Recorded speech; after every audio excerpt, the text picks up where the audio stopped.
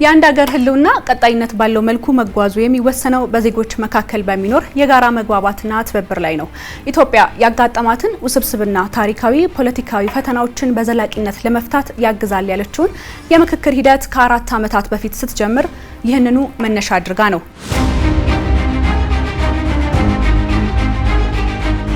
ሀገራዊ ምክክሩ ያለፉ ታሪካዊ ጠባሳዎችን በይቅርታ በውይይትና እውነተኛ ላይ በተመሰረተ መተማመን ለመግባባት ዋነኛ መፍትሄ ሆኖ ሲቀመጥ ምክክሩ ሁሉንም የህብረተሰብ ክፍሎች በማሳተፍ በጋራ የሀገር ጉዳይ ላይ መግባባትን ለመፍጠር ጉዞውን ጀምሮ አጀንዳን አሰባስቦ ተሳታፊዎችን ለይቶ ወደ ዋናው ምዕራፍ ተሻግሯል። በ4 ዓመታት ጉዞ ውስጥ ብዙ ያለፈው ሀገራዊ ምክክር ሂደቱ ሐምሌ 8 ውይይትን ለማካሄድ ቀነ ቀጠሮ ይዞ ውይይት አጀንዳዎችን ለይቶ ለህዝቡ ይፋም አድርጓል። መለስ ብለን እንመልከታቸው። እነዚህ አጀንዳዎች በ8 ዋና አጀንዳና በበርካታ ንዑሳን አጀንዳዎች የተከፋፈሉ ሲሆኑ የሀገር ግንባታ ጉዳይ ቀዳሚውን ስፍራ ይዛል። በዚህ ውስጥ የማንነት የሀገር ባለቤትነት ጉዳዮች፣ የታሪክና ማንነት፣ የጋራ ሀገራዊ ማንነትና እሴቶች፣ የሀገር ግንባታና ብዝሃ አስተዳደር፣ የቋንቋ፣ የባህል፣ ታሪክና ቅርስ ጥበቃና ሌሎችም ተካተውበታል።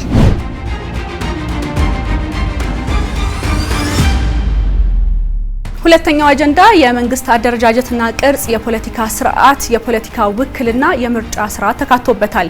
የመንግስት አስተዳደር ስርዓት አይነት፣ የራስን እድል በራስ የመወሰን መብት፣ የብሔር ብሔረሰቦች ትርጓሜና ሌሎችም በመንግስት አደረጃጀት ቅርጽ ውስጥ ሲካተቱ የሀገር ምርጫ ስርዓት፣ የመድብለ ፓርቲ ስርዓት፣ የፖለቲካ ፓርቲ አደረጃጀትና ሌሎችም የፖለቲካ ውክልናና የምርጫ ስርዓት ጉዳዮች ውስጥ ተካተው የቀረቡ አጀንዳዎች ናቸው።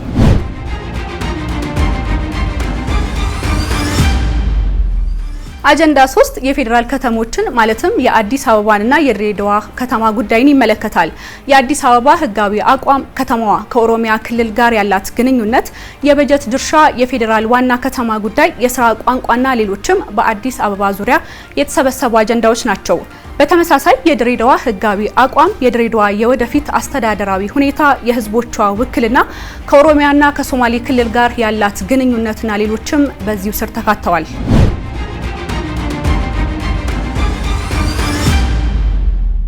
አጀንዳ 4 የሃይማኖት ጉዳዮች፣ ታሪካዊ ቅሬታዎችና እርቅን የሚመለከቱ ጉዳዮችን ይዟል። በሴኩላሪዝምና በሃይማኖት ነጻነት መካከል ጤናማ ሚዛንን መጠበቅ፣ የሃይማኖት ነጻነትና ገደቦቹ፣ ታሪካዊ መገለልና ልዩ ተጠቃሚነት ሌሎችም ተካተውበታል።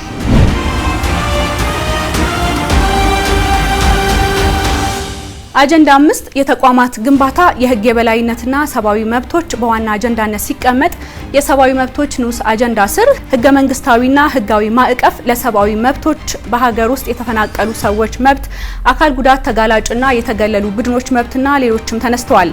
የህግ የበላይነት ንዑስ አጀንዳ ውስጥ ደግሞ በህግ ፊት እኩልነት፣ ተጠያቂነት፣ የፍትህ ተደራሽነት፣ የተቋማት ግንባታና ሌሎችም ተዳሰውበታል።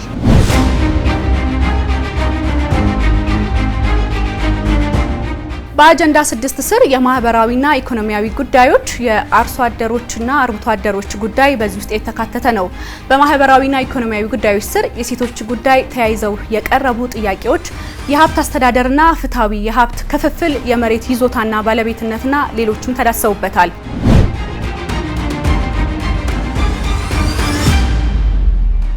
የአርሶ አደሮችና አርብቶ አደሮች ጉዳይ ስር የአርሶ አደሮችና አርብቶ አደሮች ተሳትፎና እኩልነት፣ የግብርና ግብዓቶችን ወቅታዊነትና ፍትሃዊነት ተደራሽነትን በተመለከተ የህገ መንግስት አንቀጽ 40 ንዑስ አንቀጽ 5 እና አንቀጽ 41 ንዑስ አንቀጽ 8 ላይ የተጠቀሰው ዘላን የሚለው ስያሜን ማስተካከል፣ ነፃ የገበያ እድልና የገበያ ትስስርን መፍጠርን ይመለከታል። አጀንዳ 7 ሙስናና መልካም አስተዳደር ጉዳይን ይመለከታል። የመልካም አስተዳደር ችግርና የሙስና ጉዳዮች፣ የጸረ ሙስና ስርዓት ግንባታ፣ የመልካም አስተዳደር ስርዓት ግንባታ፣ ፍትሃዊ ፐብሊክ ሰርቪስና ሌሎችም በዚህ ውስጥ የተካተቱ ናቸው።